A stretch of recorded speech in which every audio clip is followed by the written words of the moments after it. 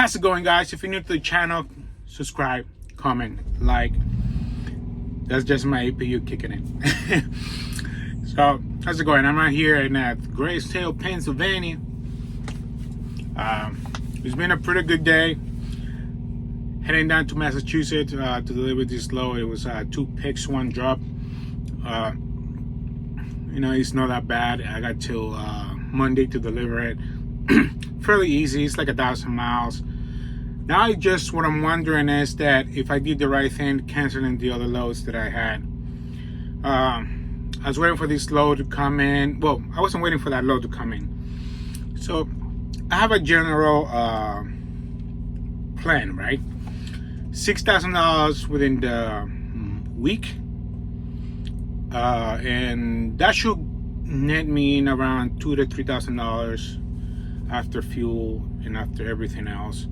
So I was planning this load, and I'm from New Jersey, so I parked down there in Bordentown, New Jersey, where the Pet Shore and the Loves is right next to each other. And I was going in between locations, to see what's going on between mile radius and stuff like that. And I booked the load out of West Virginia, but I didn't notice that I booked it out of my hometown area where I do the loads instead of the Massachusetts area where I was delivering the load.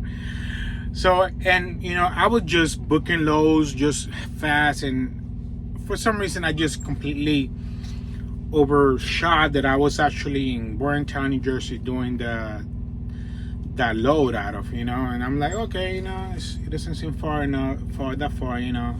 to Deadhead, because the Deadhead in my app was saying like 176. So I was like, okay, I added up this load and the next load, averaged them all out, and I get my my operating percent cents per mile, CPM, right? So I was like, okay, it adds up, it's pretty good. It should leave me at least close to $3,000 or mid $2,500 under, which is pretty good.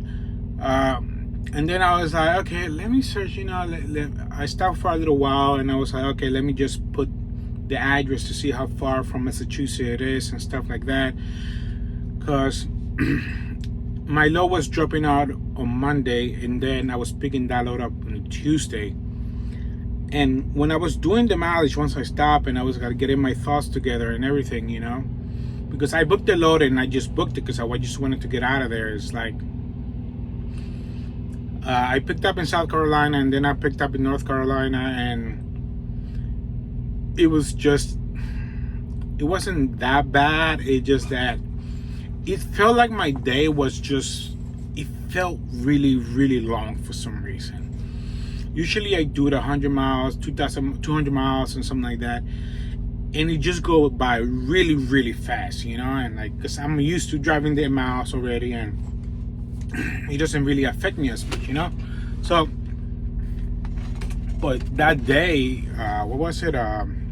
Friday, it was, my day was just dragging, like really, really dragging, and I don't know if it was because of the rain or if it was because all was going on and everything, but it just felt like it dragged so long, even though that I had still 2 days left to drive 1,000 miles. By the end of the day, I finished I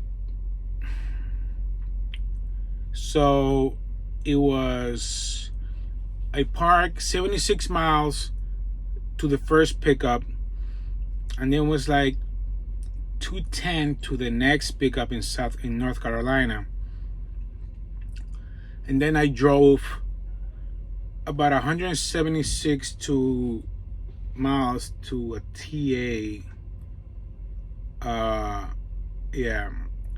to drive there, because I like that TA for some reason, and they have a gym, so either I use the machines or I just walk around. It's big enough that you can do 1 mile around walking. So that's usually what I do. I do like 2 miles there. And all of a sudden, I'm at that TA. That's when I noticed the, everything that I was doing. I was okay. Let me just check and do the calculation. I was like, damn, that's 500 miles deadhead. I didn't notice. I was like, I don't want to drive that mile.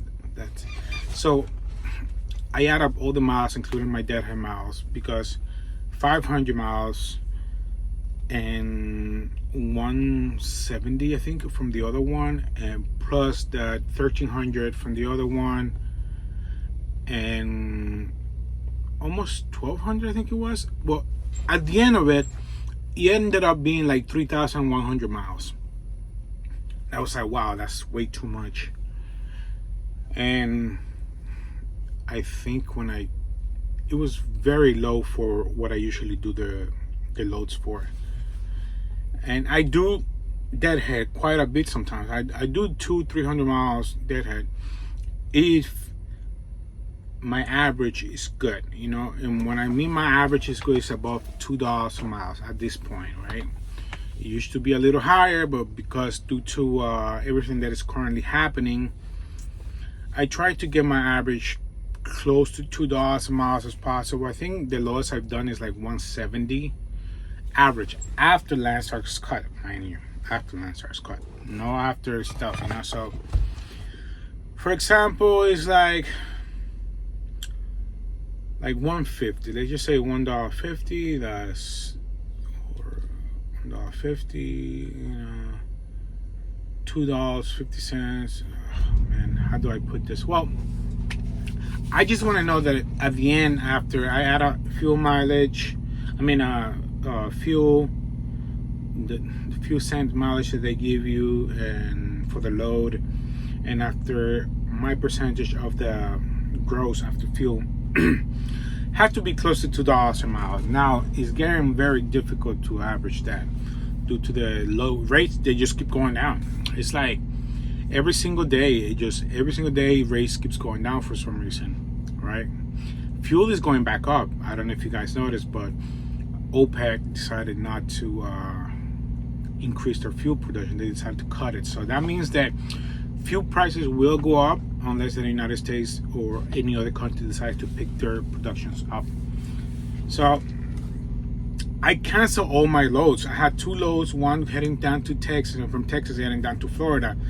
Yes, I know Florida, okay? Bad rap. But it averaged out, so I thought, you know, because I didn't account for the deadhead coming out of Florida or getting close to Jacksonville. There was a load, I think, close to where I was going. It was going to San Bernardino, down to California, up there. I don't like to go to Central California, to be honest. I don't feel like there's a lot of loads coming out of there for me to pick up. And if there's loads, they're either I have to cross Donner's Path down to Reno, right? Or Spark, Nevada. Yeah, around there. Reno is Spark, Nevada.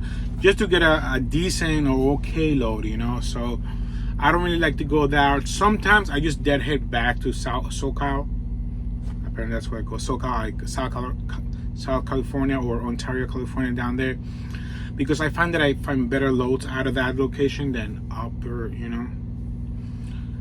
But it was 500 miles, so I canceled both of the loads, and now I'm just waiting for Monday, because usually Mondays all the new loads come in and they're okay, and I can actually work at it better. I have found myself that doing this strategy sometimes I leave money on the table because I don't wait until Monday or that day that comes before that.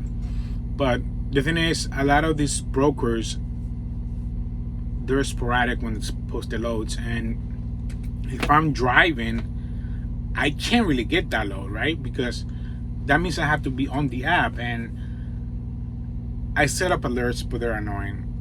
They're so freaking annoying, and I can't just deal with them when they come in. So I just rather just be on the app and just look for the loads myself.